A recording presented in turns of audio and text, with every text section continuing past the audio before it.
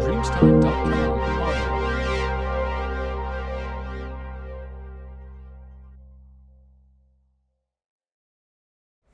Fala galera, tudo bem com vocês? Aqui é o Otávio de novo e a gente vai continuar a nossa aula da semana passada de inglês sobre substantivos. Lembra que eu falei que teria uma parte 2, porque é um tema realmente muito abrangente, tá? Então, continuando aqui, vamos só dar uma recapitulada. Os substantivos em inglês são chamados de nouns e é uma classe de palavras que vai nomear os seres, coisas, objetos, lugares, pessoas, sentimentos e tudo mais. Tudo que tem nome é substantivo, a gente vai chamar de nouns em inglês, tá?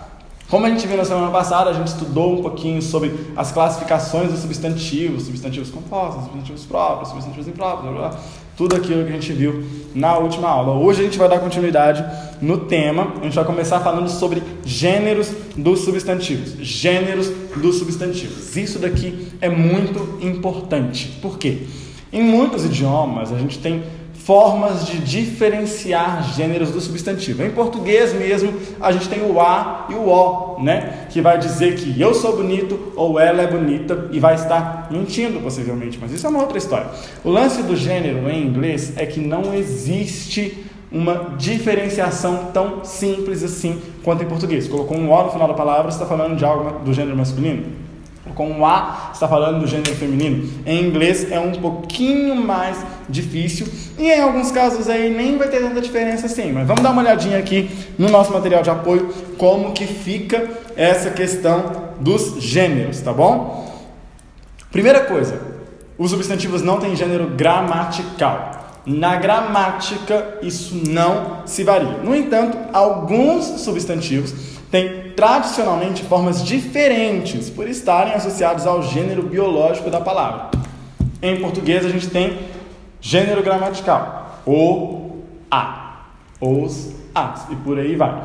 No inglês a gente não vai ter gênero gramatical, a gente vai ter algumas palavras que têm formas diferentes. Eu coloquei 2 exemplos, a palavra ator e a palavra atriz. E a palavra garçom e a palavra garçonete, que curiosamente em português também não seguem o gênero gramatical comum do o e do a, mas que tem diferenças, garçom, garçonete, ator, atriz. Em inglês também vai ter, a gente tem actor e actress, para referir aí ao ator e à atriz. E para garçom a gente tem o waiter e waitress. O waiter e o waitress são as duas formas que a gente tem aí dessas palavras, tá? Então, alguns substantivos em inglês vão ter essa variação em que esse S, que vocês viram que nos 2 casos foi o actress e o waitress, que foi incluído no final da palavra. Ele vai ser a forma de diferenciar o gênero aí quando necessário, tá? Alguns outros substantivos em inglês não vão ter variação, mas vão ser substantivos propriamente ditos masculinos ou femininos. Isso é muito, muito comum lá, tá? Por exemplo, aqui no Brasil a gente tem tio e tia. A gente diferencia o tio da tia pelo o e pelo a, certo? Pelo bigode e pelo cabelo. Então, tio, tia. No inglês não é assim. A gente vai ter aí no masculino o uncle, que nem o agente da Uncle Sam e tudo mais. E no tia a gente vai ter aunt, que é uma outra palavra completamente diferente, uma palavra não tem nada a ver com a outra. E por aí vai diversas palavras, primo, prima, irmão, irmã, são sempre palavras diferenciadas que não vão ser definidas o gênero por um artigo específico igual em português. A gente tem man, aí homem, tem cock, que é galo, tem chicken, galinha, woman, mulher, brother, sister. São palavras que vão ter o gênero na formação delas. Elas são do gênero masculino, elas são do gênero feminino e não uma variação simples só por uma mudança ali no final do artigo para masculino ou feminino, tá? E a gente tem aí também os substantivos que têm o gênero neutro, neutral gender nouns, substantivos de gênero neutro, que são substantivos que vão ser usados tanto para homem ou para mulher, para menino ou menina, para macho ou fêmea, sem diferenciação. Por exemplo, professor. Professor em inglês a gente tem 2 palavras para professor, teacher e professor, que são as duas mais comuns. Nenhuma das duas tem variação entre macho ou fêmea. A gente não tem professora, a gente tem professor ou teacher, que são as palavras para professor e para professora. A gente tem aí advogado. Advogado a gente vai ter lawyer, que é a palavra para advogado, e também para advogada, lawyer. E eu coloquei aqui também mais um exemplo, que é doutor, médico ou doutora médica, que no inglês vai ser sempre da mesma forma, doctor, doctor. Não tem variação para doutor ou doutora em inglês, uma única palavra, tá? E nós temos aqui também, na questão dos gêneros, palavras em inglesas que dispõem de três termos.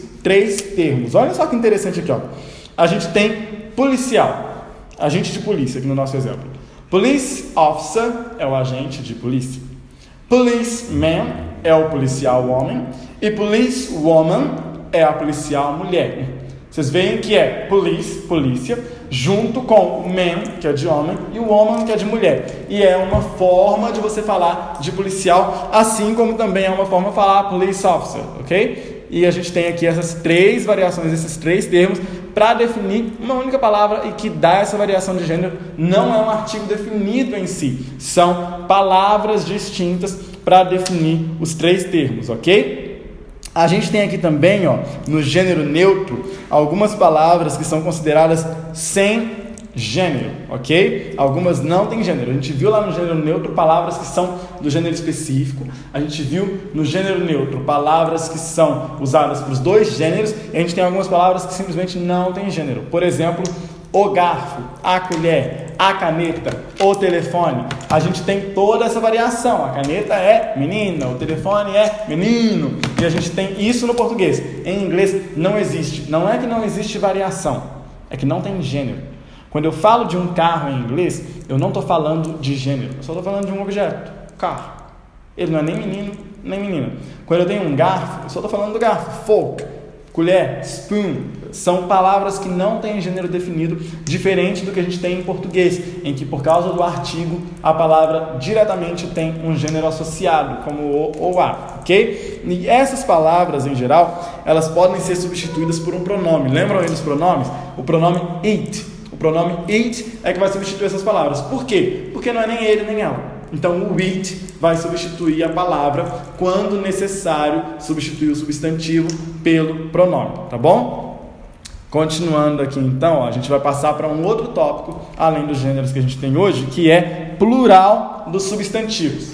Em português é quase bem simples, na maioria das vezes você coloca um S no final, você já tem um plural. Quem dera no inglês fosse assim, não é. Para seguir o plural do inglês, a gente tem que seguir algumas determinadas regras que vão estar relacionadas com a terminação dessas palavras. Dá uma olhada aí no material de vocês, ó. Opa, o meu fugiu. Que a gente vai ter algumas regras para o plural dos substantivos, ok? Em alguns casos, é só acrescentar o S. Só colocar o S no final. Como a gente tem aqui computer, que é computador, computers, com um S no final, que é computadores, day, days, que é dia, animal, animals, que é o animal, temos book, books. Esses plurais, foi só colocar o S no final e tudo certo. Temos o plural aqui. Temos um segundo tipo, para as palavras que terminam em Y depois de uma consoante. Y precedido de uma consoante. É quando eu tenho, por exemplo, baby. Baby é uma palavra que ela vai ser B-A-B-Y. É um Y que antes dele nós temos uma consoante, que é o B. Nesses casos, eu vou usar como plural o I-E. Eu substituo o Y pelo I e eu coloco o ES em seguida. Então, o plural de baby não é babies com um S no final. É babies com um I-E-S no final, sem o Y agora. Então, sempre que a gente tem uma palavra terminando com Y, depois de uma consoante, para a gente colocar no plural, a gente vai colocar o I-E-S. Se o I substitui o Y, o ES se torna um sufixo, ok? Tem outros exemplos aí para vocês poderem estar dando uma olhada no material de vocês. A gente tem aqui uma série de palavras que vão terminar com algumas letrinhas e a gente só vai colocar o ES no final para plural. A gente tem aí terminadas em S, SS, CH, SH, X, Z e O. Terminou com uma dessas combinações aqui, o plural é S.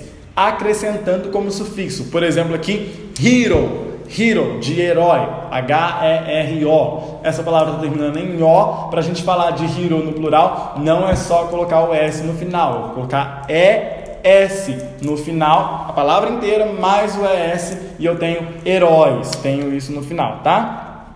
Ok? Aqui a gente tem, em seguida, palavras terminadas em CH com som de K. Percebam que é diferente. Na anterior a gente tinha CH. Só que agora a gente está falando de CH com som de K. Por exemplo, stomach, que é estômago. Stomach. A gente não fala stomach, a gente fala stomach. Isso daí é muito importante porque para você perceber a diferença de um plural para o outro, vai da fala, da forma como a palavra soa, qual que é o som dessa palavra. Então não é simplesmente como eu estou vendo ela escrita. Eu poderia ver stomach escrito e simplesmente entender CH e colocar S no final, mas não nesse caso.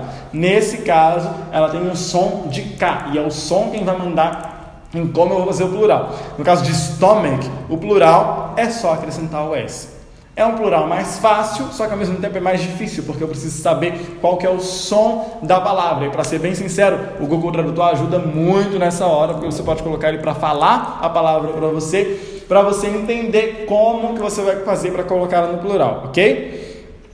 E quase acabando aqui, gente, o plural é muito grande. Palavras que terminam em O precedido de vogal. Lembra que a gente falou sobre palavras terminadas em Y precedido de consoante, o baby lá. Agora a gente está falando sobre O precedido de vogal, tipo rádio. Rádio em inglês se escreve da mesma forma de rádio em português, só que sem acento, porque em inglês não existem acentos, e essa é a minha boa notícia para você hoje. Não tem acentos em inglês. Radio é como se fala, radio. E aí, como você tem o final com O, porém você tem uma vogal antes, que é o I, o plural é só acrescentar o S no final da palavra, ficaria radios. Então percebam que é diferente das palavras que terminam com O, onde a gente vai usar o ES. Quando termina com O com uma consoante antes, é S. Quando termina com O com uma vogal antes, é só colocar o S sozinho, tá? E aqui, gente, está quase acabando, é realmente muito grande essa parte. Palavras que terminam com F ou FE, tipo wolf, de lobo, leaf, de folha, yourself, de você mesmo, são palavras que terminam com F ou com FE, tipo life. Life é uma palavra que termina com FE. Para essas palavras, a gente tem que substituir o F ou o FE pelo sufixo VES.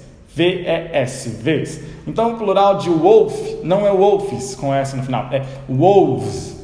Wolves, eu vou tirar o F de wolf e eu vou colocar VES em seguida, ok? Esses plurais, eles vão ter essa outra variação quando a palavra terminar com F ou com FES. E aqui nós temos o substantivo com plural irregular. O que é isso? É quando a palavra vai precisar mudar e não vai seguir nenhuma dessas regras. Temos aqui man. Man, como se diz homem em inglês? Man, como se escreve? M-A-N. Como é o plural? M-E-N. Entendeu? Não acrescentamos nada, não colocamos um sufixo, não tem S, E-S, nada disso. A gente mudou a palavra. Ao invés de escrever M-A-N, eu escrevo M-E-N. E aí eu tenho plural homens, man, com E. A mesma coisa acontece com mulher, woman, woman. A gente tem aqui fish, cujo plural é fish. Ótimo, né? Não tem nem mudança nenhuma. A mesma palavra serve tanto para o singular quanto para o plural. Nesse caso, a gente também tem you. Não existe você, vocês. You é tanto você ou vocês, depende do contexto do que eu estou falando ou escrevendo. Nós temos aqui child, que é criança, child. E aí, para virar plural, a gente teve que acrescentar 3 letrinhas, R-E-M. Não é uma regra, só aconteceu para esse caso e para alguns outros. Children é como fica a palavra no plural. Então, vocês veem que o plural em inglês é absolutamente difícil, muito mais complicado do que é em português. Porém, são regrinhas que a gente consegue lembrar. Eu juro que com a prática se torna algo comum. Você nem pensa mais sobre como que é, você simplesmente sabe que é, porque é a regra que se aplica, tá?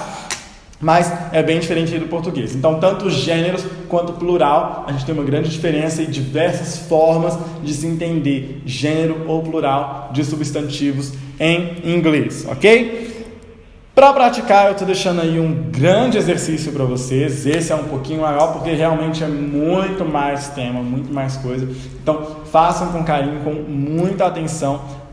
Pode voltar ao vídeo para poder pegar e realmente pega o material de vocês para poder acompanhar na hora de fazer o exercício, tá? Porque é realmente um tema um pouquinho mais complexo, um pouquinho maior, mas é assim que a gente fecha a nossa aula sobre substantivos em inglês, os nouns, ok? E aí eu tenho uma novidade super legal para vocês. Agora que a gente já viu cada um desses temas, essas partes aí para a frase, como que essas palavras são formadas, na nossa próxima aula a gente já vai complicar um pouquinho mais. Então pega, dá uma revisada, assiste de novo, vê os exercícios outra vez, vê outra vez aí os conteúdos de vocês. Nós vamos falar sobre situações. Não vamos mais continuar falando de regras do idioma, isso a gente já viu nas últimas aulas. Agora a gente vai falar na próxima aula sobre as situações em que a gente coloca o nosso inglês para funcionar. Vamos falar sobre como o inglês se torna super necessário no aeroporto, como que a gente usa ele nas redes sociais, na internet, como que a gente usa ele para comprar pão e para pedir um café. Esse tipo de situação é o que a gente vai começar a discutir bem legal aqui nas nossas aulas de inglês, tá? E deixa eu saber de vocês se vocês achariam legal a ideia de a gente fazer uma live. Lembra aí, a gente pode também fazer uma live de inglês aqui no YouTube para todo mundo poder interagir e aprender junto. Então você, aluno da Specialize, deixa a gente saber se isso seria legal para vocês, para a gente poder ver aí essa possibilidade de a gente transformar essas nossas aulas de inglês agora numa live, para a gente ter uma conversa um pouco mais dinâmica, tá certo?